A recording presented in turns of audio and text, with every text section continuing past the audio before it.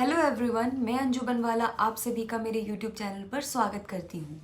तो SSC GD 2024 का notification आ चुका है। अगर आपने वो अभी तक नहीं देखा है तो मैंने अपने टेलीग्राम चैनल पर भी उसे शेयर किया है, आप वहाँ जाके उसे देख सकते हैं।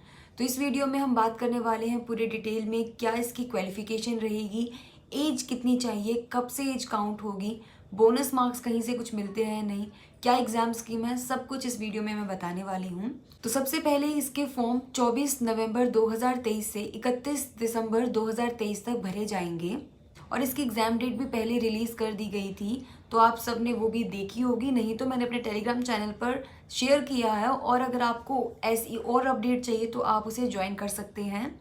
तो सबसे पहले बात करते हैं वैकेंसी की। तो आप यहाँ पे देख पा रहे हैं फीमेल और मेल अलग अलग दोनों की कैटेगरी वाइज वैकेंसी मेंशन की गई है और टोटल वैकेंसी 26,146 है। हाँ, पहले के मुकाबले ये वैकेंसी काफ़ी कम है, लेकिन मैं आप सबको यही कहना चाहूँगी, आप ये मत देखें कि कितनी वैकेंसी हैं। आपको सिर्फ एक वैकेंसी चाहिए, आपको बस एक ही वैकेंसी पे ध्यान देना है। ये नहीं कि कितनी आ रही है कितनी नहीं, इतनी लगन से तैयारी करो कि आप बस श्योर हो कि वो एक वैकेंसी तो सिर्फ आपकी ही है, उस पर सिर्फ आपका ही नाम है। अगर एज लिमिट की बात करें तो जर्नल के लिए 18 to 23 इसमें एज लिमिट है। आपकी डेट ऑफ बर्थ अगर 1 जनवरी 2001 से पहले की है तो आप ये फॉर्म नहीं भर सकते, और अगर आपकी डेट ऑफ बर्थ 1 जनवरी 2006 की से बाद की है तो आप इस फॉर्म को नहीं भर सकते हैं। बिल्कुल क्लियर है ये। बहुत सारे बच्चों का ये डाउट रहता है कि मैं 2000 बोर्न हूँ, क्या मैं ये वैकेंसी क्या मैं ये फॉर्म फिल कर सकता हूँ या नहीं कर सकता हूँ। तो हाँ, अगर आप जनरल कैटेगरी से हो तो आप ये फॉर्म फिल कर सकते हो, क्योंकि इधर क्लियरली मेंशन है कि अगर आपकी डेट ऑफ बर्थ 1 जनवरी 2001 से पहले की है तो आप एलिजिबल हो इस फॉर्म को फिल करने के लिए। और एज रिलैक्सेशन SC ST को 5 साल की मिलती है, मतलब कि जहाँ पे 18 से 23 साल चाहिए जनरल कैटेगरी वालों को, वहीं SC ST कैटेगरी के लिए ये एज क्राइटेरिया 18 से 28 हो जाता है। तो आप अगर 27-28 इस एज में भी हैं तो आप इस फॉर्म को फिल कर सकते हैं, अगर आप SC या ST कैटेगरी से बिलोंग करते हैं।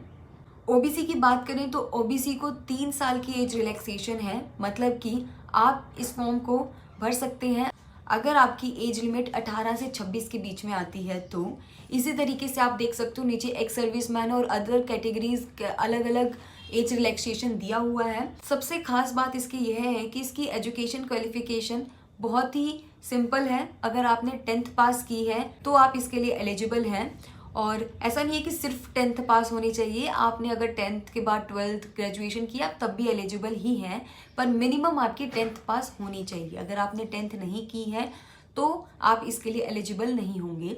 तो ये काफ़ी अच्छा मौका है उन स्टूडेंट्स के लिए जिन्होंने जस्ट 10th पास की है अभी, या जिन्होंने 12th पास की है और दिल्ली पुलिस कांस्टेबल का भी एग्ज़ाम दिया था जिनका अच्छा एग्ज़ाम नहीं हुआ है।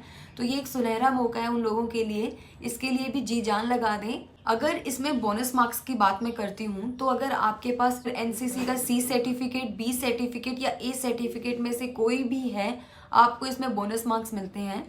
बोनस मार्क्स मतलब कि एडिशनल मार्क्स, मतलब आपके अगर 120 मार्क्स हैं और आपके पास एनसीसी का C सर्टिफिकेट है तो इसमें आपको 5% मैक्सिमम मार्क्स के मिलेंगे। 5% मैक्सिमम मार्क्स मतलब कि आपके मैक्सिमम 160 मार्क्स का एग्जाम है तो उसका 5% मिलेगा अगर आपके पास एनसीसी का C सर्टिफिकेट है, मतलब कि आपको 8 मार्क्स एक्स्ट्रा मिलेंगे। तो आपके अगर 120 स्कोर था प्लस 8 128 स्कोर बन जाएगा आपका।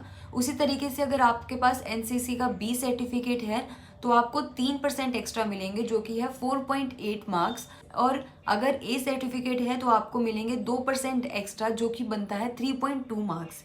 तो ये आपके बोनस मार्क्स हैं। अगर आपके पास एनसीसी है तो आपको काफ़ी फ़ायदा होने वाला है उसका भी। ध्यान से फॉर्म भरते हुए इसको देखें और इसे फिल करें कि आपके पास एनसीसी है। ये नहीं कि आप फिल ही नहीं करोगे तो मिलेंगे आपको।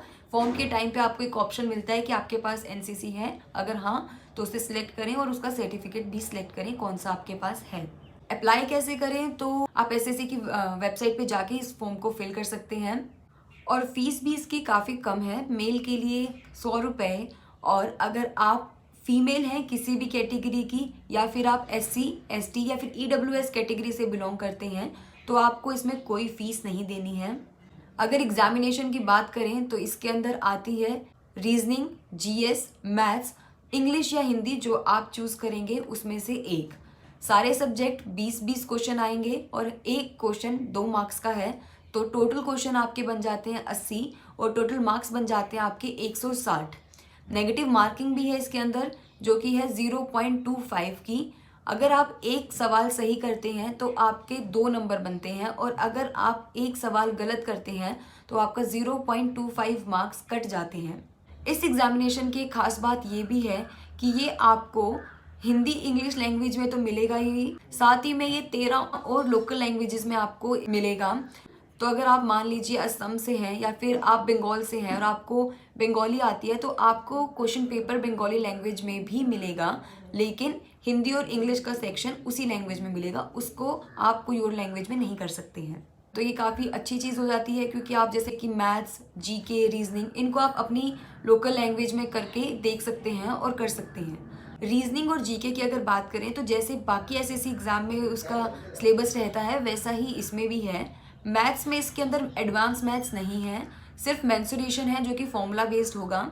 अगर आप एग्जाम क्लियर कर देते हैं तो एक कट ऑफ आएगी। अगर आपका नाम उस लिस्ट में आता है तो नेक्स्ट स्टेज होती है फिजिकल की। फिजिकल के लिए हम एक नेक्स्ट वीडियो बनाएंगे।